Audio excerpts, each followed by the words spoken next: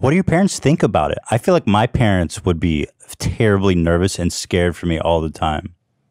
Do you get that? I think that I'm 23 now, and I've been doing stuff like this for like maybe 5 or 6 years. I probably started hitchhiking when I was about 17 and just like doing dangerous American travel when I was pretty young. So I don't think that I kind of broke them in a long time ago. You know what I mean? It's kind of like when there's a bad kid who's like really shitty when he's like 11. By the time he's 17, his parents like kick him out. You know what I mean? They just don't give a shit. Yeah. You say, quote, dangerous. Do you find that it's dangerous? Have you found any... Has anything crazy happened to you? You're like, oh man, this probably isn't safe out hitchhiking and traveling the road? Dude, straight up, like only college environments. Because okay, let's say like you're at a conference, like you can get your press pass revoked. They'll just be like, hey, please leave. Or if you're at a football game, security will just say, hey, get out of here. Dude, like when I've done shoots at like University of Alabama and in Michigan, like if the top dog of the frat house like pulls your bro card, like you can get like your ass kicked. That's the only times I've ever been in danger is like that's so funny. Probably the University of Alabama football game. I guess word got around that I wasn't like from there and that I was like a West Coast guy or something. And that's it was just beef in the streets. Yeah, dude. I mean, people know, especially my college content is like always sort of like shocking humor. So they're like, hey, this guy's making fun of us. Let's take him out. And he might be a liberal. And then before you know it. No, the worst crime of all. Yeah. So tell me what happened. Why did you feel in danger? Just because, I mean, those are the people who can fight in the streets without going to prison. You know, those are the people who are jacked up on testosterone and feel like entitled to like, you know, pro violence. So nothing particular happened. You just word got around. You got spooked and got out of there. No, I've just had people that grab the mic from me. Right, You know what I mean? Be like, oh, you want this? Like that kind of stuff. Aggressive shit. I've had people start fighting each other while we've been filming. One time I was at University of Alabama and like this kid came up. He was like this rich Jordanian kid. I guess he was the son of a Coca-Cola executive. I didn't realize this. He starts like freestyling and he's like, yo, saying barely even coherent words. And this other bro comes up with like a Trump hat and he's like, you can't fucking rap for shit. And then the dude was like, fuck you. And then I don't know what happened, but they started just like fighting and I was in between them with the microphone and the mic went flying and it became like a 20-person brawl. It's on Patreon. Yeah, I was going to say, you know what? I got to get on Patreon because I've seen all your videos and I haven't seen that. Yeah. It's called Roll Tide, episode 1. Just saying. I'll check that out, man. That sounds like good content. So here you are. This is your RV. I guess you can't see it, but the people can see it. So you really cruise around in this Coachman RV. This is you live in this with 2 other dudes. Yeah, 2 other dudes. Yeah, I've been living in it since August 15th, 2019. Now that you're working for APSO, your ass might be flying. I prefer to live in the RV, but my ass might be flying. Yeah, your ass might be flying now. Man, you changed, bro. I'm a change. You're going Hollywood. I miss the old I'm gonna get the LA apartment and change up. Hot tub jet ski lifestyle. So are the 2 dudes you said they're best friends? They're the ones that just together you guys make all the videos? Yeah, it's my high school BFF, college BFF, Evan and Nick. The best of both worlds. We are the best friends in the world. So how do you guys delegate your duties? Is it just the 3 of you working on the show? Yeah, definitely. So who does what? Nick does the camera work exclusively and some of the editing. Evan does like the producing, so he like will call up people and get the press passes. He also runs audio and second camera and release forms. Oh, that's good. I do shit. all the interviewing and then like the far majority of the editing. It's really an equal load at this point. You do a lot of the editing. Almost all of it, yeah. Wow. The editing is a beautiful thing, my dude. I mean, inspired by Tim and Eric, I would assume, right? Are there at least that whole genre? Yeah, Vic Berger. Yeah, Vic is the man. That guy's the editing god, dude. Yeah, big inspiration. So what is it like living in an RV with 3 dudes? I mean, I got to imagine there's some logistical issues that arise from that.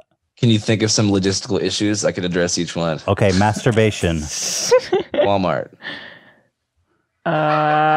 You jerk off in Walmart? Possible, yeah.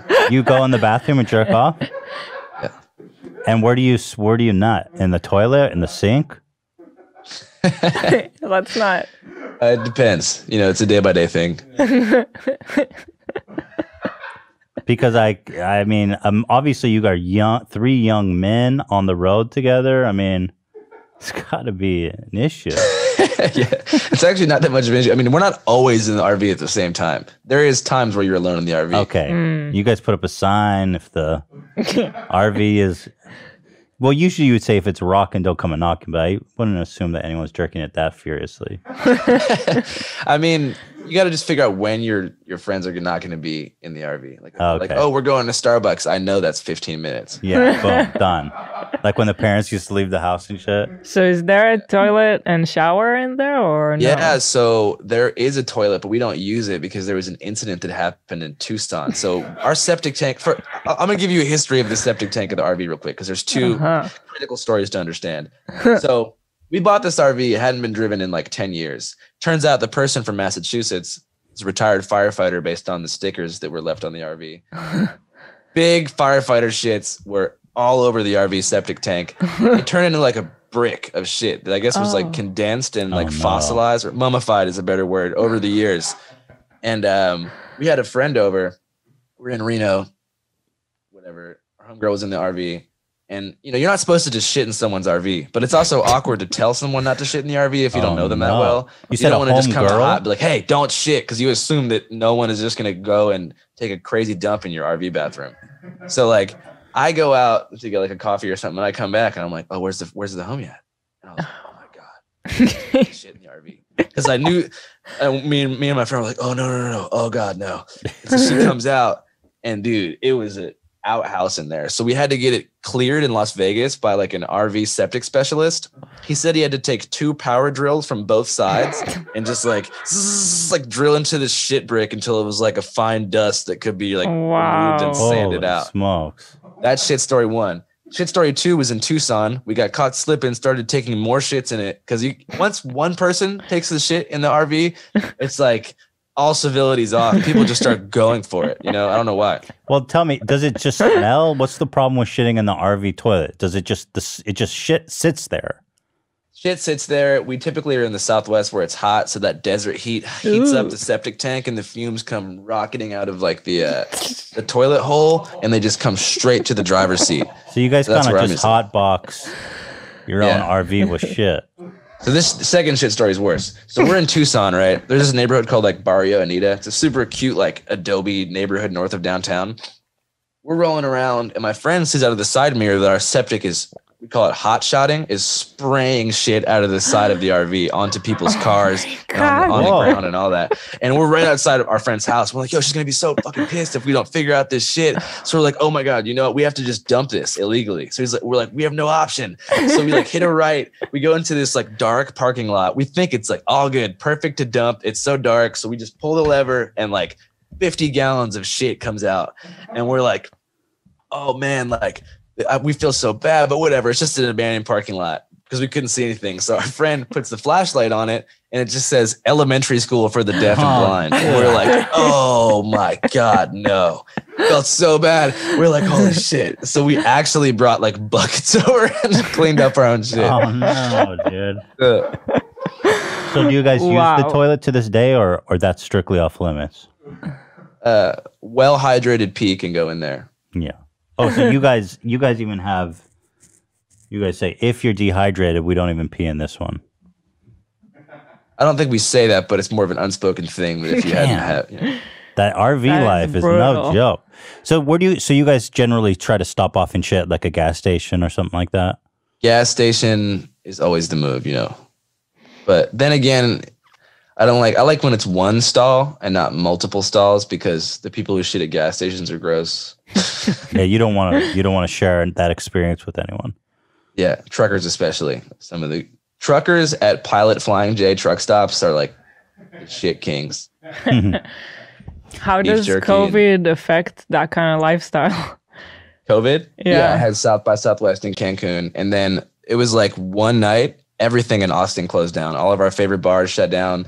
And so we drove from Austin to Seattle in 3 days to quarantine. So we just like went from having a great time to just like 12 hours of driving a day and then the most boring month of my life. Wow. I got so bored that I was recording rap music. That's the word I was getting. I was freestyling into my computer over like 50-cent instrumentals. That's how bored I was. Yeah.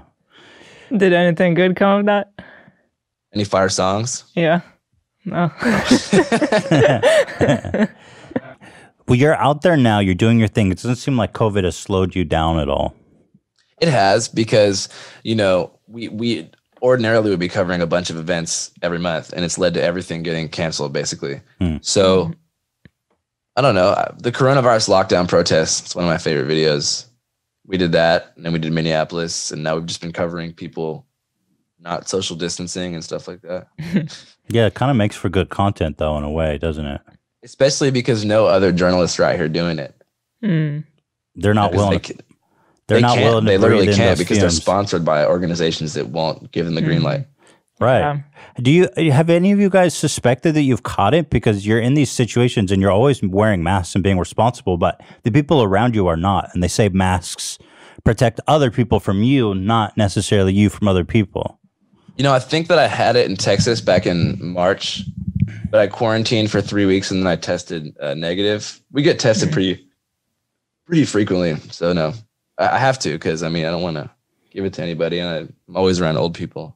So how do you get tested when you're crossing the country? Do you find that it's easy to get tested? Because that's something that's obviously urgent care is like $175. Boom. That's what I do whenever I feel like I have been around a large. I'm about to do it tomorrow after Portland. That's smart. You're very responsible. I like that about you. Thanks.